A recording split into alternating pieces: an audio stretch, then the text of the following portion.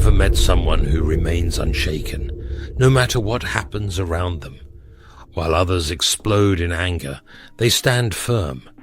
While the world tempts them to react, they choose peace. There is something different about them, something powerful. Mastering your spirit is one of the greatest strengths a person can develop. The ability to remain calm when others lose control, to walk in peace when chaos surrounds you, and to hold on to joy even when people try to take it away. That is true power. Think back to a time when anger got the best of you. Maybe someone insulted you and you lashed out before thinking. Maybe someone disrespected you and frustration dictated your words. In that moment, it may have felt justified, but what did it accomplish? Did it resolve the situation, or did it create more turmoil in your heart? God's word tells us in Proverbs 16, verse 32, "Better a patient person than a warrior, one with self-control than one who takes a city." The world teaches that strength is in fighting back, in proving a point, in making sure others know that they cross the line. But God says true strength is found in patience, in restraint, in walking away from unnecessary battles. When we let anger control us, we surrender our power to external circumstances. But when we master our spirit, we take back control. We become unshakable, immovable, led by wisdom and not by emotion. And that, my friend, is how we walk in victory. So how do we break free from anger? How do we rise above frustration and offense? Let's uncover why anger is a spiritual trap and how God has given us the power to overcome it. Anger feels powerful, doesn't it? In the heat of the moment, it feels like justice, like strength, like control. But have you ever noticed how, after anger takes over, you feel drained, exhausted, even regretful? That's because anger is a weapon the enemy uses to pull you away from the peace God has given you. It's not just an emotion, it's a strategy. And if we don't recognize it, we fall right into his trap. The devil knows that if he can stir up anger in your heart, he can cloud your judgment. He knows that a person controlled by emotion is a person easily manipulated. Ephesians 4, verse 26 to 27 warns us, "In your anger do not sin. Do not let the sun go down while you are still angry, and do not give the devil a foothold." That's exactly what the enemy wants. A foothold, an entry point into your mind, your relationships, your spirit. Think about the moments when anger took over your decisions. Maybe you said something you wish you could take back. Maybe you reacted in frustration and it cost you peace in your home, in your friendships, in your heart. Proverbs 29 verse 11 says, "Fools give full vent to their rage, but the wise bring calm in the end." The enemy wants you to believe that exploding in anger makes you strong, but the truth is, it makes you vulnerable. The moment you lash out, you hand him control. He wants to steal your peace, disturb your joy, and keep you focused on offenses rather than God's purpose for your life. But you are not called to live like that. You are not a slave to your emotions. You do not have to be a puppet to people's words or a victim of every offense that comes your way. There is a better way, a higher way, a kingdom way. God calls us to something different, something greater than living in constant frustration. Galatians 5 verse 22 to 23 tells us, "But the fruit of the Spirit is love, joy, peace, forbearance, kindness, goodness, faithfulness, gentleness, and self-control." That is what the Spirit of God produces in you. Not rage, not retaliation, not bitterness, but peace. And that peace, my friend, is not weakness. The world tells you that if you don't react, You're letting people walk over you, but God tells you that when you walk in patience, you are walking in strength. Proverbs 19 verse 11 says, "A person's wisdom yields patience. It is to one's glory to overlook an offense." Not every battle is worth your energy. Not every insult deserves a response. Some fights are designed to distract you, to pull you down, to keep you stuck in a cycle of anger instead of moving forward in peace. Jesus himself knew this. When they mocked him, he did not fight back. When they accused him, he did not defend himself. Why? Because he knew his purpose was greater than proving a point. And chosen one, your purpose is greater too. Your calling is too valuable, your peace too precious, your destiny too important to be stolen by offenses that do not matter in the light of eternity. Matthew 11 verse 28 to 30 reminds us that we don't have to carry the weight of frustration. Jesus says, "Come to me, all you who are weary and burdened, and I will give you rest. Take my yoke upon you and learn from me, for I am gentle and humble in heart, and you will find rest for your souls, for my yoke is easy and my burden is light." Holding on to anger is a burden. It weighs you down. It keeps you in a constant state of turmoil. But when you release it, when you give it to God, you experience a freedom that no argument, no revenge, no heated response could ever bring. You don't have to prove yourself to anyone. Your worth is not in how loudly you defend yourself, but in the fact that you are chosen, loved, and held by God. When you understand this, you walk differently. You no longer react to everything that comes your way. You no longer let other people's actions dictate your peace. Instead, you stand firm in the confidence that you are secure in Christ. I want you to hear this today. The strongest people are not those who yell the loudest, but those who can remain calm in the storm. The most powerful person is not the one who always has the last word, but the one who chooses wisdom over reaction, peace over conflict, patience over frustration. That is true strength. That is the strength God gives you. Anger comes quickly, doesn't it? One moment, everything seems fine, and the next, someone says something, does something, or pushes just the right button, and suddenly, frustration rises like a fire within. Maybe it's a harsh word from a coworker, an unfair accusation from a friend, or a disrespectful stranger testing your patience. The world tells you to react, to defend yourself, to fight back, but God calls you to something greater. You don't have to let anger take over. You don't have to be ruled by frustration. You can stay calm, even when everything around you tries to provoke you. Let's talk about how. Step 1, pause and pray. The first and most powerful thing you can do in any situation that threatens your peace is to pause before reacting, before speaking, before letting emotions take control. Stop for a moment and pray. James 1 verse 19 to 20 says, "My dear brothers and sisters, take note of this. Everyone should be quick to listen, slow to speak, and slow to become angry, because human anger does not produce the righteousness that God desires." Anger urges you to respond immediately, but wisdom tells you to wait.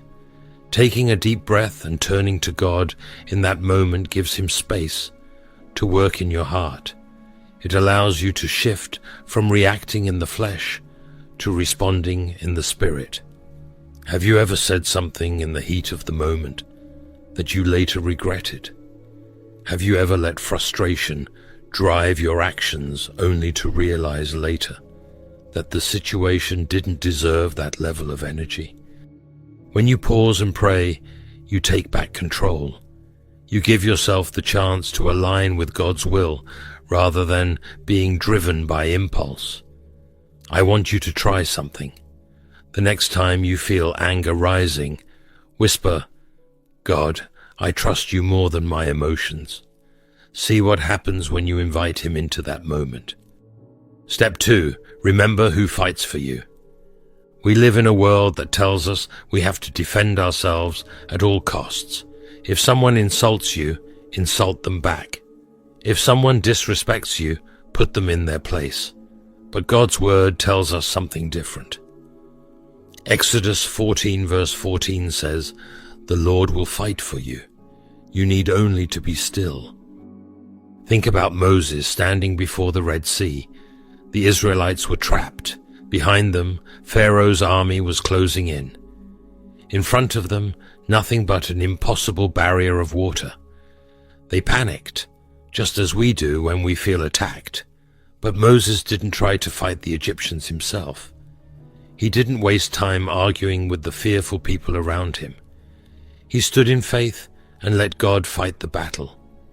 And what happened? God made a way where there was none. The same is true for you.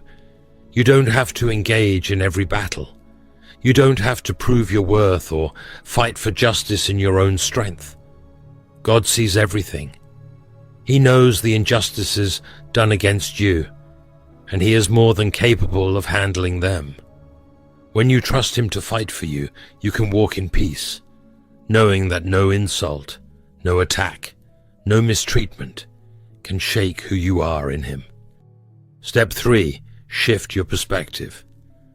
One of the biggest reasons we get angry is because we see offenses as roadblocks instead of stepping stones.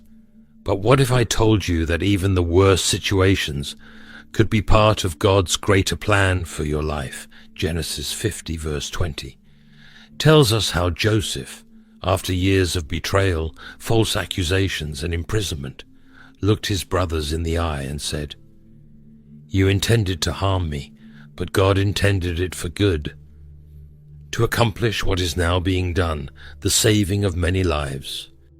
Joseph had every reason to be angry. His own brothers sold him into slavery.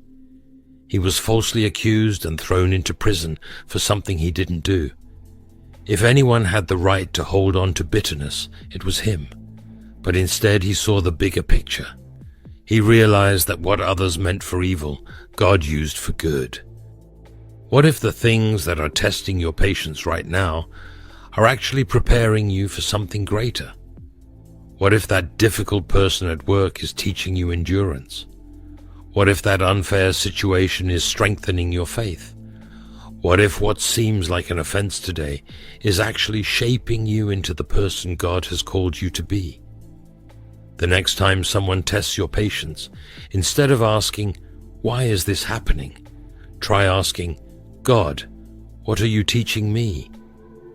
That shift in perspective can turn frustration into faith. Step 4. Choose peace over strife. Jesus, the Son of God, had every right to defend himself. He had every reason to prove his innocence, to argue his case, to call down angels in his defense. But when he stood before Pilate, falsely accused and unjustly condemned, what did he do? Matthew 27 verse 12 to 14 tells us, "When he was accused by the chief priests and the elders, he gave no answer. Then Pilate asked him, 'Don't you hear the testimony they are bringing against you?' But Jesus made no reply, not even to a single charge, to the great amazement of the governor. Jesus remained silent, not because he was weak, but because he knew his purpose was greater than proving a point. He knew that no accusation, no insult, no false charge could change who he was or stop God's plan for his life. You don't have to attend every argument you're invited to. You don't have to waste your energy proving yourself to people who have already made up their minds. Sometimes, the greatest response is no response at all. Choosing peace over strife is not about letting people walk over you. It's about knowing when a battle is beneath you. When you refuse to engage in meaningless conflicts, you protect your peace, your energy, and your purpose. I know it's not always easy. I know the temptation to react is strong, but you are stronger. You are filled with the Spirit of God, and that Spirit produces peace, patience, and self-control. You don't have to let anger control you. You don't have to let frustration steal your joy. The next time you feel yourself getting upset, pause and pray. Remember who fights for you, shift your perspective, and choose peace over strife. You are not weak for walking away from arguments. You are not passive for choosing peace. You are strong. You are wise. You are walking in the power of God's Spirit. But I know that sometimes, despite our best efforts, emotions can overwhelm us. Emotions are powerful. Anger, frustration, and hurt can feel overwhelming, making it seem impossible to remain calm when the world pushes against us. We try to stay composed, but emotions rise like a flood, demanding to be released. And if we are not careful, they will dictate our words, control our actions, and lead us down a path of regret. But there is one thing that can break this cycle, one thing that can quiet the storm within: prayer. Prayer is not just a religious routine. It is the most powerful tool God has given us to master our emotions. It is the divine exchange where we release our burdens and receive His peace. It is the sacred moment where we stop trying to control everything and surrender to the One who already holds everything. When emotions rise, when anger threatens to consume us, when frustration whispers that we should lash out, prayer gives us another way. Have you ever felt weighed down by frustration, unable to let go of something that offended you? You replay the moment over and over in your mind, wishing you had said something different, done something stronger, defended yourself better. But all that does is steal your peace and keep you bound to the very thing that hurt you. Philippians 4 verse 6 to 7 gives us a different approach. Do not be anxious about anything, but in every situation, by prayer and petition, with thanksgiving, present your requests to God, and the peace of God, which transcends all understanding, will guard your hearts and your minds in Christ Jesus. Did you catch that? Peace doesn't come from fixing the situation. It comes from giving it to God. The moment you surrender your anger, your offense, your frustration, and lay it before Him, something shifts, the weight lifts, the emotions lose their power. Instead of carrying that burden, you allow God to replace it with His peace. I want to challenge you today. The next time someone offends you, before reacting, before venting, before letting anger dictate your response, stop and pray. Say, Lord, I give this to you. I refuse to carry it. Fill me with your peace instead. Watch how your heart softens. Watch how the situation no longer controls you.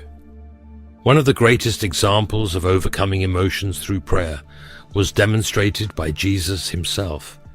As He hung on the cross, betrayed, beaten, mocked, and suffering for sins He did not commit, He could have called down judgment.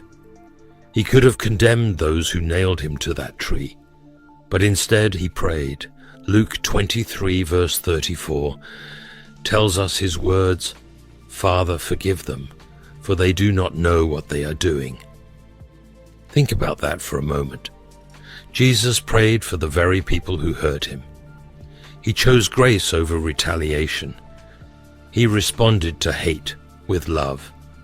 And if He could do that in His greatest moment of suffering, what excuse do we have? I know it's not easy. Everything in our flesh wants to hold on to offense. Everything in our hearts wants to see justice immediately. But what if, instead of reacting in anger, we chose to pray for those who test us? What if, instead of carrying resentment, we asked God to bless the very people who tried to bring us down? That is the kind of radical love that sets us apart as followers of Christ. Prayer isn't just for the hard moments. It's not just a last-minute rescue when emotions overwhelm us. It is a daily practice, a discipline, a lifestyle. Look at Daniel 6 verse 10. Even when a law was passed forbidding prayer, Daniel refused to stop. He continued to pray 3 times a day, just as he had always done. And because of that, he was able to face the lion's den without fear. What does that tell us? Prayer prepares us. It builds spiritual endurance. It strengthens our hearts so that when trials come, we don't crumble under pressure. If we only pray when we're in crisis, we will always be reacting rather than living in peace. But when we build a life of prayer, when we cultivate daily communion with God, we stay grounded no matter what happens around us. I want you to ask yourself, when was the last time you truly gave your emotions to God? Not just a quick, "Lord, help me," but a real surrender, a deep release, a willingness to let go. When was the last time you allowed prayer to change your heart more than the situation itself? You don't have to be a prisoner to your emotions. You don't have to let anger dictate your words or frustration steal your peace. When you pray, you shift the battle from your hands to God's hands. You take back control not by force but by surrender. Imagine how different your life would be if, instead of reacting in anger, you responded in prayer. Imagine the peace you would carry if you refused to let every offense pull you into frustration. Imagine the strength you would walk in if you chose to trust God with every battle instead of fighting in your own strength. I challenge you this week, when something upsets you, when someone offends you, when emotions rise, choose prayer. Take a breath, pause, and say, "Lord, I trust you more than my emotions." Watch what happens. Watch how the peace of God floods your heart. Watch how the offense loses its grip.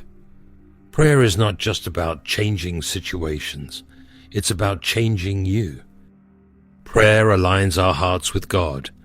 But to truly walk in freedom from anger and frustration, we must embrace 2 of the most difficult yet most powerful commands that Jesus gave us: forgiveness and patience. These are not just ideas or suggestions. They are divine principles that transform us from the inside out. They allow us to break free from the cycle of offense and bitterness. They keep our spirits light, our hearts pure, and our peace unshaken. I know that forgiveness can feel impossible. I know that patience can feel exhausting. But if we truly want to walk as Jesus walked, if we truly want to be people who are never controlled by anger or bothered by others, we must learn from his example.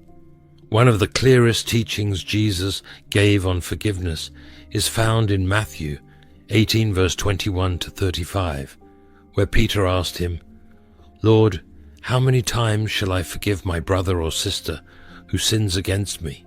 Up to 7 times. And Jesus responded, "I tell you, not 7 times, but 77 times. Then Jesus told a parable. There was a servant who owed his master an enormous debt, a debt so large he could never repay it. The master took pity on him and forgave the entire debt. But that same servant went out and found someone who owed him a small amount of money. Instead of extending the same mercy he had just received, he grabbed the man, demanded payment, and had him thrown into prison. When the master heard about this, he was furious. He called the servant back and said, 'Shouldn't you have had mercy on your fellow servant, just as I had on you?' Then he handed him over to be punished." What is Jesus teaching us here? He is reminding us that we too have been forgiven of much. Every mistake, every sin, every moment of failure. We deserve judgment, but God gave us mercy. And if God, in his perfection, has chosen to forgive us, who are we to withhold forgiveness from others? I know people have hurt you. I know some wounds go deep, but holding on to that pain does not punish them. It only punishes you. Refusing to forgive keeps you locked in a prison of anger and resentment. But when you forgive, you release yourself. You refuse to let the enemy use bitterness to poison your spirit. The world says, love those who love you. The world says, be kind to those who are kind to you. But Jesus calls us to something higher. In Matthew 5, verse 44, he commands, love your enemies and pray for those who persecute you. That is radical. That is unnatural. That is powerful. Anyone can love the people who treat them well. But when you love those who mistreat you, when you pray for those who offend you, when you respond to hate with grace, you reflect the very heart of God. Jesus didn't just preach this, he lived it. On the cross, as he was being mocked and tortured, he prayed for his executioners, saying, Father, forgive them, for they do not know what they are doing. If Jesus could forgive the very people who nailed him to a cross, can we not forgive those who have wronged us? Loving your enemies does not mean allowing people to continue harming you. It does not mean pretending what they did was right. It means you refuse to let hate take root in your heart. It means you see them not as enemies, but as broken people in need of God's love, just as you once were. Forgiveness is not just about letting go of the past. It is also about trusting God with justice. One reason we struggle with patience is that we want things to be made right immediately. We want people to see their wrongs. We want justice now. But God's timing is not ours. Isaiah 40 verse 31 gives us this promise. But those who wait on the Lord shall renew their strength. They shall mount up with wings like eagles. They shall run and not be weary. They shall walk and not faint. When you wait on God, when you trust that he sees every injustice, every hurt, every offense, you no longer have to carry the weight of making things right. You can release it into his hands, knowing that he is the God of justice. Nothing escapes his sight. Nothing is forgotten. But his justice is perfect. His timing is perfect. And when you wait on him, your strength is renewed. You no longer live in frustration. You no longer waste your energy trying to fix what only God can fix. You learn to rest in his faithfulness. Forgiving doesn't mean they win. It doesn't mean what they did was okay. It doesn't mean you have to allow them back into your life. Forgiving means you refuse to let bitterness have power over you. It means you choose peace over resentment. It means you trust God more than your emotions. I want you to ask yourself, who in my life do I need to forgive today? Is there someone who hurt you? Someone whose words still echo in your mind? Someone whose actions have left a scar on your heart? Maybe it's a friend, a family member, a co-worker, or even a stranger. Whoever it is, don't let their actions keep you bound any longer. Make a decision today. Say, Lord, I choose to forgive. I release this burden to you. I refuse to carry it any longer. Watch how your heart begins to feel lighter. Watch how peace begins to replace pain. Watch how the weight you didn't even realize you were carrying starts to lift. Forgiveness frees your heart, but wisdom protects your peace. While God calls us to love, forgive, and show grace, he never calls us to be trapped in toxic relationships. Some people are not meant to walk with you. Some relationships do not belong in your future. Some connections drain, distract, and disturb the peace that God has placed in your life. If we want to walk in the fullness of God's calling, we must learn how to recognize toxicity, set healthy boundaries, and know when to walk away. Not everyone who comes into your life is meant to stay. Some people will uplift you, encourage you, and push you toward God's purpose, but others will do the opposite. They will bring negativity, division, and constant strife.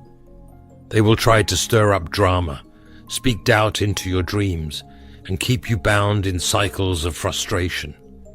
Proverbs 13 verse 20 warns us, "Walk with the wise and become wise, for a companion of fools suffers harm." Take a moment and think about the people in your life. Do they bring you closer to God, or do they pull you into negativity? Do they encourage your peace, or do they constantly create conflict?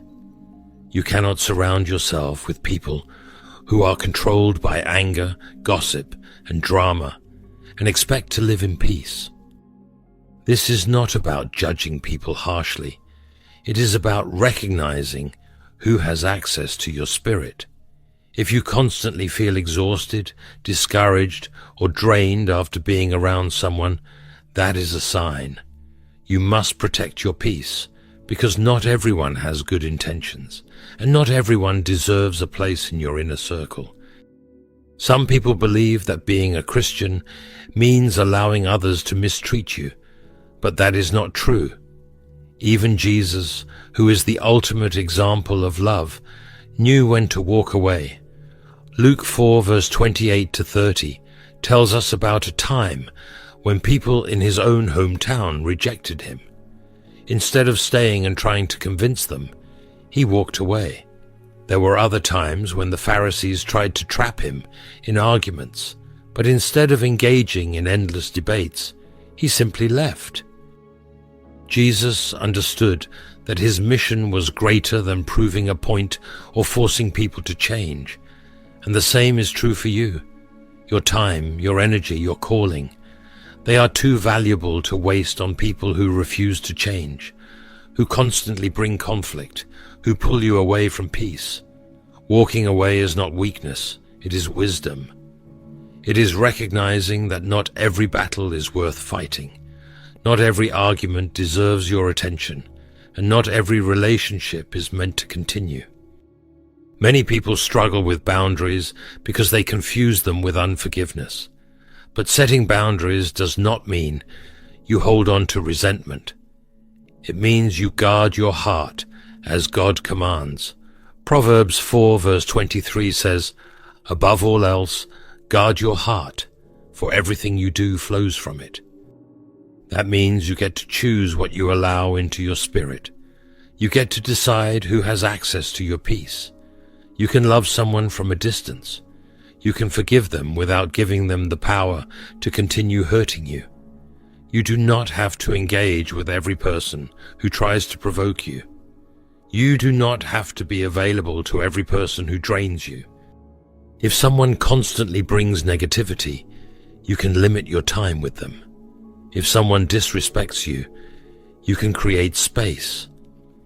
If a relationship is pulling you away from God's purpose, you can let it go. And you can do all of this without bitterness, without anger, without carrying offense, because you know that your peace is more important than pleasing people. Sometimes we want to hold on to toxic relationships because we feel the need to prove something. We want people to understand our side. We want justice for the way we've been treated. But that is not our battle to fight. Romans 12 verse 19 reminds us, "Do not take revenge, my dear friends, but leave room for God's wrath, for it is written, 'It is mine to avenge, I will repay,' says the Lord." God sees every injustice. He knows who mistreated you. He knows who spoke against you. He knows who tried to bring you down. And He is a God of justice. You do not have to fight every battle, defend yourself in every argument, or prove your worth to anyone. Your value comes from God alone, and He will handle what you cannot. Letting go of toxic people is not about wishing them harm. It is about trusting that God will deal with them as He sees fit. It is about releasing them into His hands so that you can move forward in peace. You are not called to be a doormat. You are called to walk in peace. You do not have to entertain negativity just because someone demands your attention. You do not have to stay in toxic relationships out of guilt or obligation. You are allowed to protect your heart, to choose peace, and to walk away from anything that disrupts your spirit. I want you to pray for wisdom. Ask God to reveal who belongs in your inner circle. Ask Him to show you where you need to set boundaries. And if there is someone in your life who constantly drains your joy, ask Him for the strength to let go. You were not created to live in constant frustration. You were created to walk in freedom, in purpose, in the peace that only God can give. You have a choice. You do not have to be controlled by anger. You do not have to live in frustration, weighed down by every offense, constantly bothered by what others say or do. With God's strength, you can walk in peace, in patience, in unshakable joy. That is the life He desires for you, a life where your spirit remains calm in every storm, where your heart is guarded against the traps of the enemy, where nothing and no one has the power to steal your peace. You were not created to be a prisoner to anger. You were created to reflect God's love. Every time you choose patience over irritation, every time you forgive instead of holding on to bitterness, every time you walk away from unnecessary battles, you are living as a testimony of His grace. That is the strength of a true child of God, not in overpowering others, but in overcoming the battles within. So what will you choose today? Will you surrender your emotions to God? Will you release resentment and walk in peace? Every day you have the opportunity to reflect Christ, to rise above offense, to choose a life free from anger. And as you do, hold on to the promise of Jesus in John 14 verse 27. Peace I leave with you, my peace I give you. I do not give to you as the world gives. Do not let your hearts be troubled, and do not be afraid. This is your inheritance, walk in it. Before we close, I want to invite you to pray with me. This is not just another prayer. This is a moment of surrender, a moment where we invite God to transform our hearts, to break the chains of anger, to fill us with His peace. No matter what you've been carrying, no matter what frustrations or offenses have tried to take hold of you, right now, we are laying it all at the feet of Jesus. So wherever you are, take a deep breath, quiet your heart, and let's go before the Lord together. Heavenly Father, I come before you with an open heart, acknowledging that I need you. I need your presence. I need your peace. Lord, you see every burden I have carried, every moment I have wrestled with frustration, every time I have allowed anger to take hold of me. You know the words that have hurt me, the offenses that have tested me, the situations that have tried to steal my peace. But today I make a choice. I choose to release it all into your hands. Lord, I do not want to be controlled by my emotions. I do not want to be weighed down by offenses or trapped in frustration. I want to be free.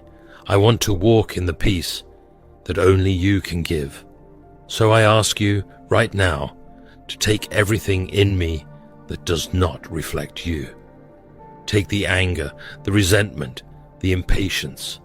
Take the thoughts that replay offenses over and over again. Take the need to prove myself, the desire to control situations, the weight of trying to make things right on my own. I surrender it all to you. Father, teach me how to respond with grace. Teach me how to pause when my emotions rise.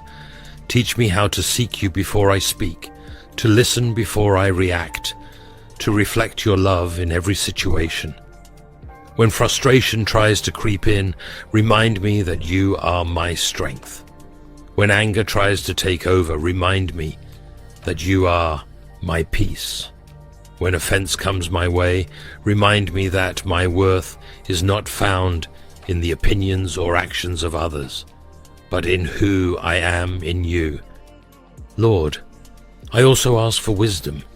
Help me to know when to speak and when to remain silent. Help me to recognize when to engage and when to walk away. Give me discernment to set boundaries without bitterness, to love people without allowing their negativity to consume me, to stand firm in peace even when the world around me is in chaos. I ask that you fill me with the fruit of your Spirit. Let love flow through me even when it's difficult. Let joy remain in me even when life is challenging. Let peace guard my heart in every situation. Let patience be my response instead of frustration. Let kindness, goodness, faithfulness, gentleness, and self-control be what defines me. I want to reflect you in everything I do. Lord, I trust you. I trust that you fight my battles. I trust that you are my defender. I trust that you are leading me into a life of peace, a life where I am no longer shaken by offenses, no longer controlled by emotions, no longer bound by anything that is not from you. Thank you for the work you are doing in me. Thank you for your grace that covers me. Thank you for the peace that is already mine in you. I receive it. I walk in it. And I praise you for it. In Jesus' name, amen. If this message has blessed you and spoken to your heart, I warmly invite you to like this video, subscribe to the channel, and share it with someone who needs to hear this truth today. Thank you for being part of this journey of faith. May God fill your heart with His peace, strengthen you with His wisdom, and lead you into a life free from anger and frustration. God bless you.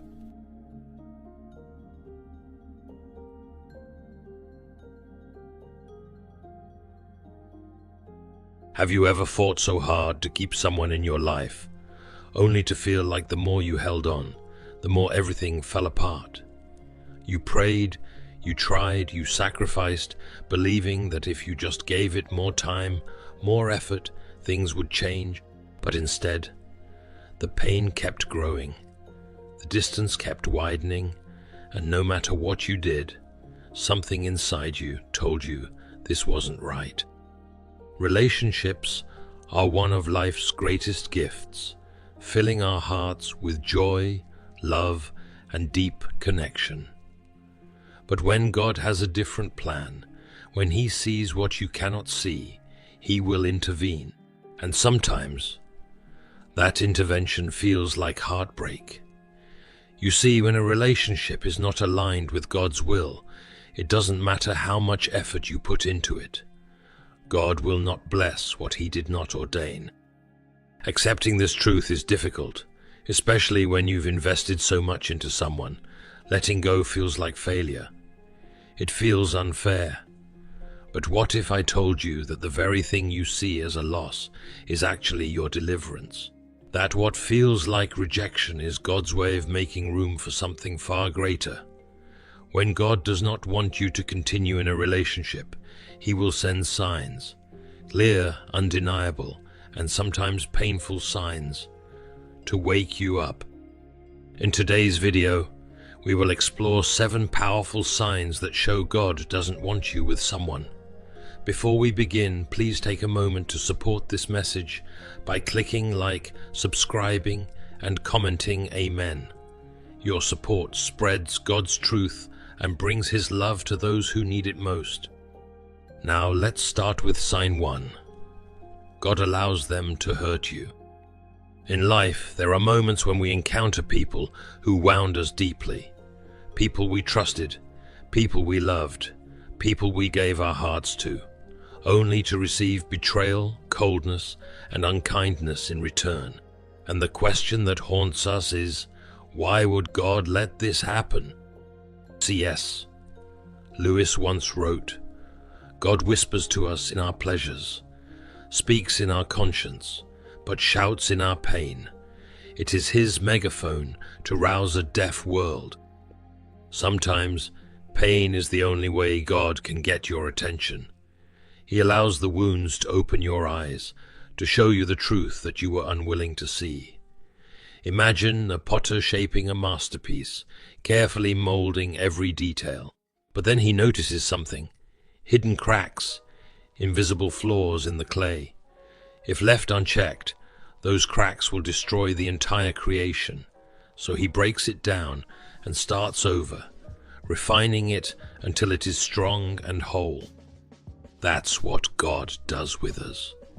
He lets us feel the cracks in a relationship, so we can see it for what it truly is. The pain isn't punishment, it's revelation. There will be times when you ask why God is letting you suffer. You will question why the person you loved is suddenly so distant, why the connection feels forced, why the love that once felt so real now feels like a burden. But understand this: God allows the wrong people to hurt you so that you will stop clinging to what was never meant for you. Joseph, the beloved son of Jacob, was chosen by God, blessed with vision and favor. But that very blessing made others despise him. His own brothers, the ones who should have protected him, sold him into slavery. From being a free man, he became a prisoner, falsely accused, locked away in a place of suffering. But did God abandon him? No, God was positioning him. Had Joseph not suffered, he would have never reached Pharaoh's court. He would have never risen to power. He would have never saved his people. His suffering was the very thing that led him to his destiny. Likewise, the emotional wounds you are experiencing now may be the way God is leading you to something greater. He sees the pain they've caused you. He knows how hard you've tried, but he also knows that this relationship is not the one he intended for you. And the more you resist, the more painful it will become, because God will not let you settle for something beneath the purpose he has for your life. So, if you are feeling the weight of heartache, if you are questioning why this person keeps hurting you, if you are struggling to understand why things aren't working, ask yourself this: could this be God's way of removing someone who was never meant to stay? He is calling you higher. He is pulling you towards something better. And sometimes the only way for you to step into the future he has prepared for you is to let go. Let's continue. Sign 2. Your life will collapse. Continuous difficulties, failures, and declines in mental, emotional, and even financial aspects can all be red flags that God sets to warn you. He wants you to pay attention to these signs, not to make you suffer, but to help you escape an unhealthy situation. Imagine your life as a house. When you build this house, you want it to stand firm on a solid foundation. But if you start noticing cracks in the walls, leaks in the roof, and a shaky foundation, it's a clear sign that something is wrong. Similarly, if you are with someone and your life goes downhill, it is God's way of telling you that the foundation of this relationship is not solid and could collapse at any moment. As C.S. Lewis insightfully noted, there are two kinds of people: those who say to God, "Thy will be done," and those to whom God says, "All right then, have it your way." God always wants the best for us. He doesn't want us to be in relationships that drag us down or make our lives worse. He may allow challenges and difficulties to happen so that we realize we need to change direction. It is important that we listen and recognize these signs. When you feel your life is sliding, take time to reflect and pray.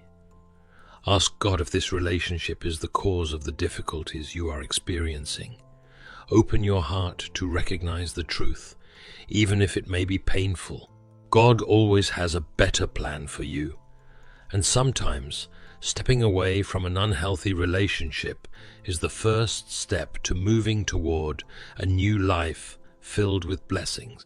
We often get caught up in the whirlwind of emotions and try to make everything better, but when difficulties persist and your life becomes increasingly difficult, it's time to stop and reassess the situation.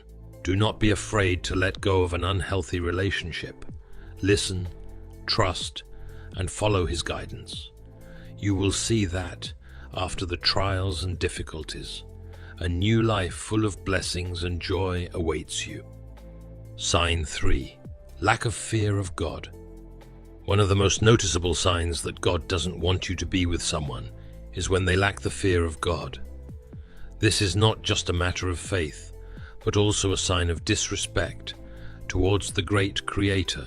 Without the fear of God, a person will lack necessary restraint and a solid foundation for any relationship. It is like a car without brakes, rushing down a hill with no way to stop. That is the image of a relationship in which one or both people lack the fear of God. Without restraint, without control, the relationship will easily fall into chaos and danger. God warns us about such relationships to protect us from unnecessary suffering. As C.S. Lewis eloquently expressed, "I believe in Christianity as I believe that the sun has risen, not only because I see it, but because by it I see everything else." Fear of God is the foundation for true respect and love in every relationship, from family to friends, and especially in marriage. When a person fears God, they will know how to respect and love others. They will know restraint and maintain morality in all circumstances, even in the most difficult times. Remember, a lack of fear of God is not just a personal issue, but also affects how we treat those around us. If a person does not fear God, they will not have enough respect and responsibility towards you. This is not only a major risk for the relationship, but also threatens your peace and happiness. When someone openly says they do not fear God, it is a clear sign to be cautious. A lack of fear of God means a lack of restraint and respect, which will negatively impact your relationship. Pray and seek guidance from God when facing difficult relationships. Let Him guide you and help you recognize which relationships are worth maintaining and which need to be let go of. Sign 4. Constant struggles and conflict. Continuous arguments over trivial matters, unnecessary misunderstandings, and a constant feeling of tension between both sides. These are not just normal signs of a strained relationship, but could be warnings from God that this relationship is not in line with His will. It can be easy to get caught up in the moment and try to make everything right. We often believe that if we try harder, endure more, things will get better. But when these struggles persist, it may be time for us to step back and evaluate the relationship objectively. God may allow these conflicts to remind us that this is not the path He wants us to take. Imagine a ship trying to move forward, but constantly being hindered by strong waves and winds. The ship cannot progress far if it keeps getting caught in battles with nature. Similarly, a relationship constantly hindered by arguments and conflicts cannot progress and grow, as C.S. Lewis wisely cautioned. To love at all is to be vulnerable. Love anything and your heart will be wrung and possibly broken. If you want to make sure of keeping it intact, you must give it to no one, not even an animal. Wrap it carefully round with hobbies and little luxuries. Avoid all entanglements. Lock it up safe in the casket or coffin of your selfishness. But in that casket, safe, dark, motionless, airless, it will change. It will not be broken. It will become unbreakable, impenetrable, irredeemable. To love is to be vulnerable. God wants us to step out of these situations to find true peace and harmony. When we face ongoing conflicts, it is important to seek God's guidance through prayer and reflection. God always listens and will guide us on the right path. Trust in His plan for our lives. We may not understand everything that is happening, but God always knows what is best for us. Take time to be still and listen to God's voice. Sometimes, in those quiet moments, God will show us more clearly the path He wants us to take. Do not be afraid to let go of an unsuitable relationship. Remember, God has a good plan for each of us, and He will never let us go astray. Sign 5. They only take advantage of you without reciprocating your feelings and care. There are people who come to you only when they need something, but when you need help or a bit of care, they coldly refuse. This is a strong sign from God that this relationship is not right for you. Imagine you are a bright candle in the dark, always shining and bringing warm light to those around you.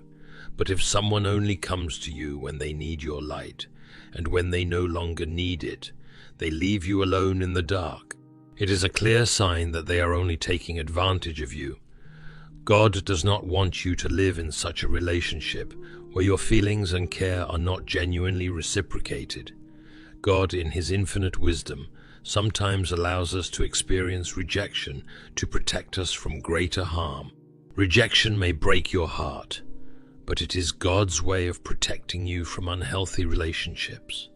He wants you to realize that you deserve sincere friends who will love and appreciate you properly. In the Bible, we can see valuable lessons from the story of David and Saul. Saul used David to achieve his own goals, but when David succeeded, Saul rejected and envied him. David had to endure much suffering, but ultimately God guided him to become the great king of Israel. This story reminds us that even if we are used and rejected, God always has a better plan for us. A real relationship should be based on balanced give and take. If you feel you are being taken advantage of, bravely step out and seek peace in God. He will give you the clarity to recognize which relationships are worth maintaining. Rejection, though painful, is also part of the grand plan God has set for you.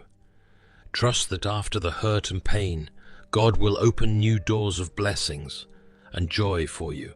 When you let go of unhealthy relationships, you open yourself up to the good things God has prepared for you.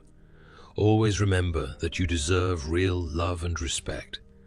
God, with His infinite love, will guide you to relationships that bring blessings and joy. Sign 6. They lead you away from God and His light. When you start to notice your life becoming dull and losing your connection with God, it's time to be alert. These people not only push you away from the light, but also lead you into darkness, where you feel lost and distant from your faith. Imagine your life as a bright path under God's light. But then, some people enter your life and start dimming that path. They pull you away from the Bible, make you abandon prayer, and stray from your spiritual habits. Instead of guiding you towards sacred values, they lure you into temptations and worldly desires. God always sends us warnings before destruction occurs. He reminds us through small signs, feelings of unease, and unfortunate events. When you find yourself losing connection with God, when you start feeling your life is spiraling down, that is when God is warning you. He wants you to realize that these people do not have good intentions and are pulling you away from His presence. When you associate with immoral people who do not respect sacred values, you will find yourself increasingly drawn into darkness.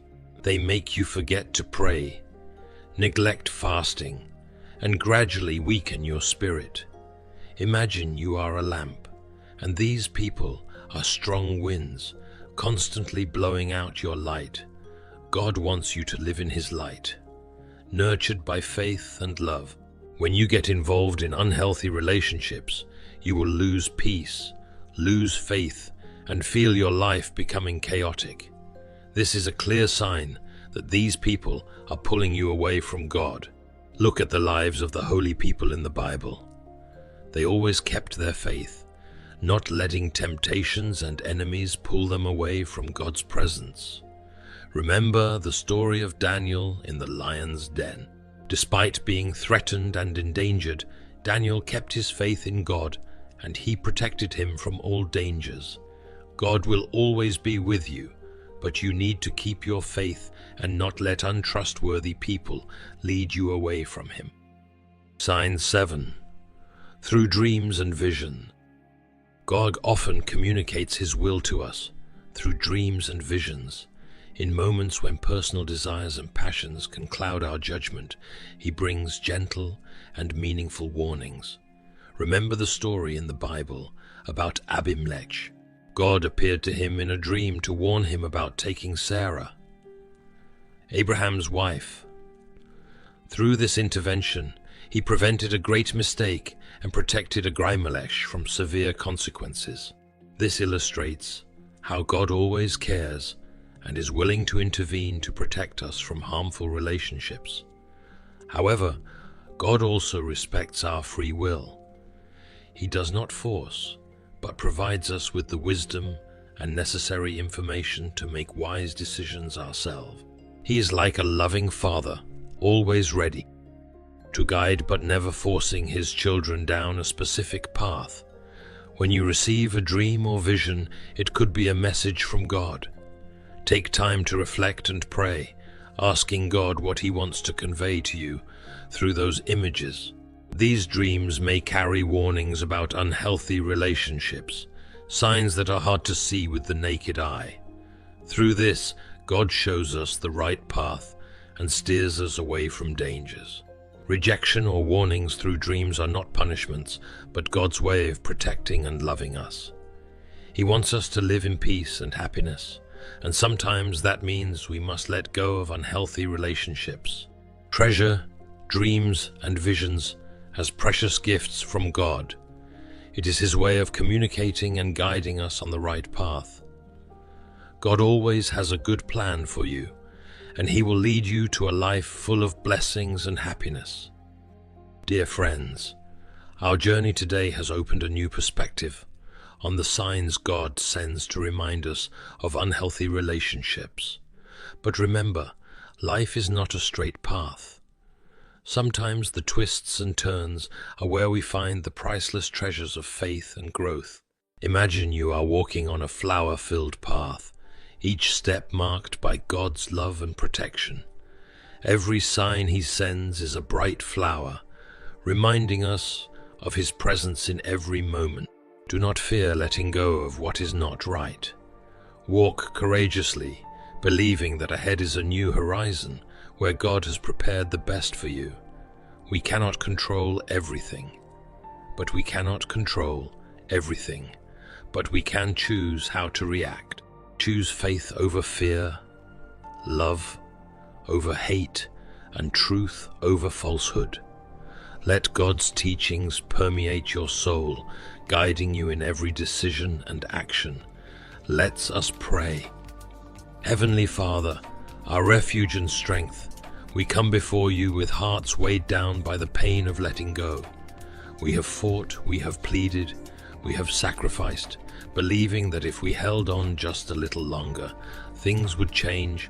Yet, Lord, you see what we cannot see. You know what is best for us.